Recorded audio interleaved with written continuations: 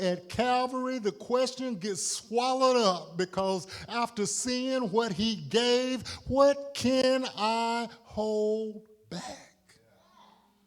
God was so rich in mercy that he looked beyond our faults and saw every one of our needs. He looked to the Son and told the Son to go. The Son said, prepare me a body, and came down through 42 generations, born of a virgin, and lived a perfect and sin-free life of righteousness.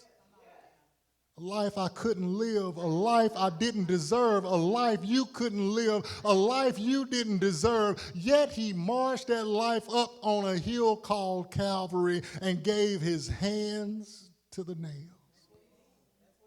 Hung there, bled, and suffered to pay the price for my sin and for yours.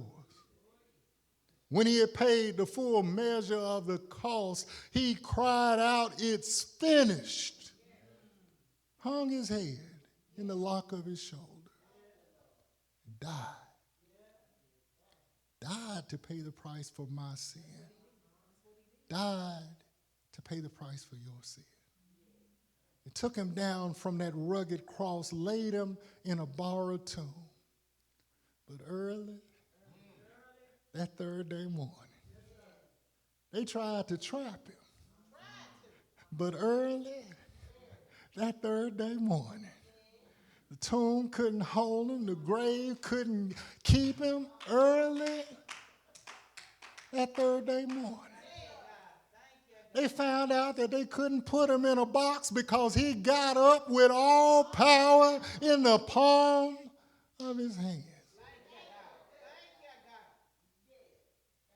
So tell me, after seeing that, what requirement could contain that?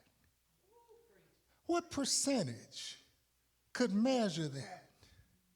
What boundary could hold that?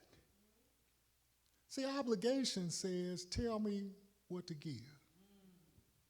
But devotion says, after seeing this, how can I hold anything back?